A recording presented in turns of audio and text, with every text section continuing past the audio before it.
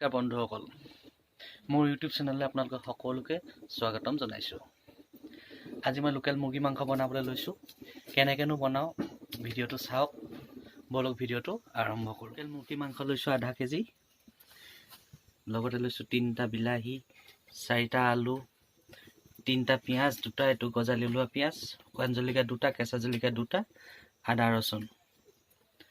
বোলো এইখিনি এতিয়া ধুনীয়াকৈ আমি কাটি মেলি লওঁ। পিঁয়াজ আলু বিলাহীবোৰ চব কাটিলোঁ এইভাগে, চাওক এইভাগে কাটি ল'লোঁ। কাটি লৈ পিনি এতিয়া আমি এইপিনে কেৰাহীখন ইয়াত পাতি দিওঁ। আমাৰ চব ৰেডি হৈ আছে আৰু এইটোত আদা ৰচুনখিনি খুন্দি লওঁ। এইটো আদা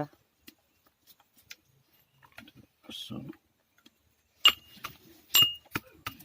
দি হৈ গ'ল। এইপিনে কেৰাহীও গৰম হৈছে। এতিয়া আমি মছলাখিনি বনাই লওঁ।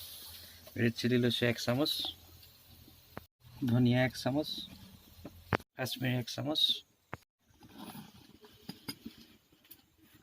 গৰম হৈ গ'ল, এতিয়া তেলটো দি দিওঁ।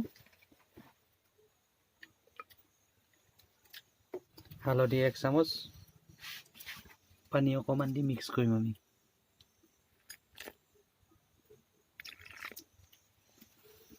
এয়া আমাৰ মিক্স কৰি হৈ গ'ল।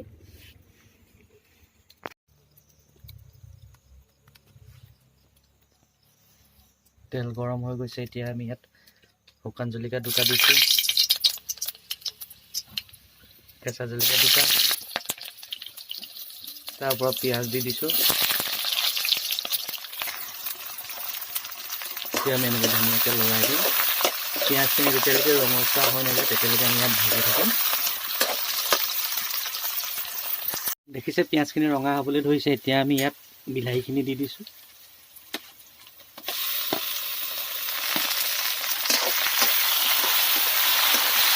এতিয়া আমি বিলাহীখিনি গলি নোযোৱালৈকে এনেকৈ লাহেকৈ সিজাই থাকিম। অলপ সময় সিজাৰ পাছত আমি এতিয়া খুন্দি থোৱা আদা ৰচুনখিনি দি দিছোঁ ইয়াত।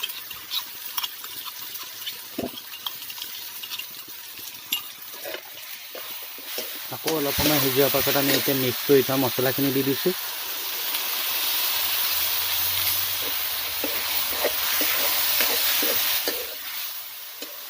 দেখিছে বিলাহী পিঁয়াজৰ পৰা তেল ওলাবলৈ ধৰিছে। এতিয়া আমি ইয়াত মাংসখিনি দি দিম। এই মাংসখিনি দি দিছোঁ আৰু ধুনীয়াকৈ এতিয়া মিক্স কৰি দিছোঁ। অকণমান দেৰি কাৰণে ঢাকনখন লগাই দিম।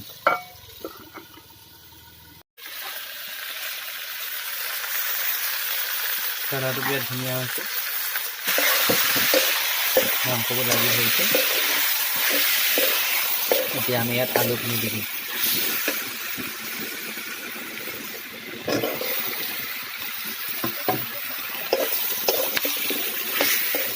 নিমখটো দি দিম। সোৱাদ অনুসৰি নিমখ দি দিছোঁ। এতিয়া ধুনীয়াকৈ লৰাই জুইটো এতিয়া অলপ কমাই দিম, ঢাকি এতিয়া জুইটো উলিয়াই অকণ কমাই দিম। সময় সিজোৱাৰ পাছত এতিয়া আমি বনাই চাওঁ কি হৈছে মাংস। দেখিছেনে কালাৰ ধুনীয়া হৈছে মাংস।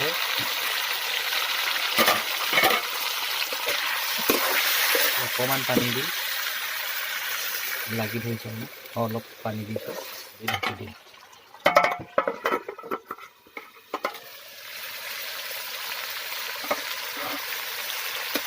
যিহেতু মাংসটো জোল কৰিম, এইটো কাপত মই প্ৰায় 3-4 কাপমান দিম,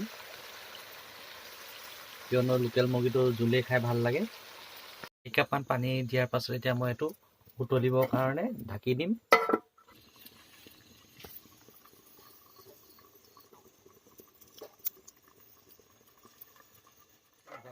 মাংস কেনেকৈ উতলিবলৈ ধৰিছে, খাবলৈ বৰ ধুনীয়া হ'ব যেন পাইছোঁ।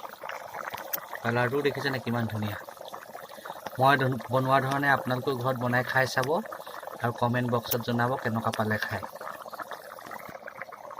মাংস বনি আছে আৰু এইপিনে মই তলত কি কৰি আছোঁ চাওকচোন, আলু পুৰি খাই আছোঁ। এতিয়াতো নতুন আলু ছিজন ন, নতুন আলু পুৰি খোৱা সোৱাদেই বেলেগ।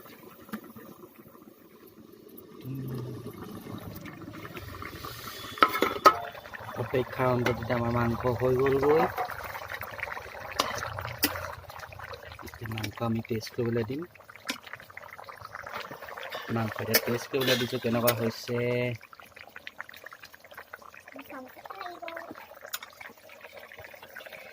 আমি এইপিনে আলু খাই আছোঁ পুৰি পিনি।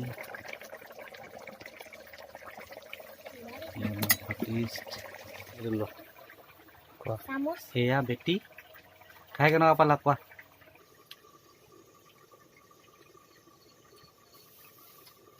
মজা হৈছে আৰু আপোনালোকেও এই মাংসটো ঘৰত বনাই চাব। যদি ভাল পালে লাইক কমেণ্ট আৰু চেনেলটো ছাবস্ক্ৰাইব কৰিব নাপাহৰিব। আজিলৈ বাই বাই।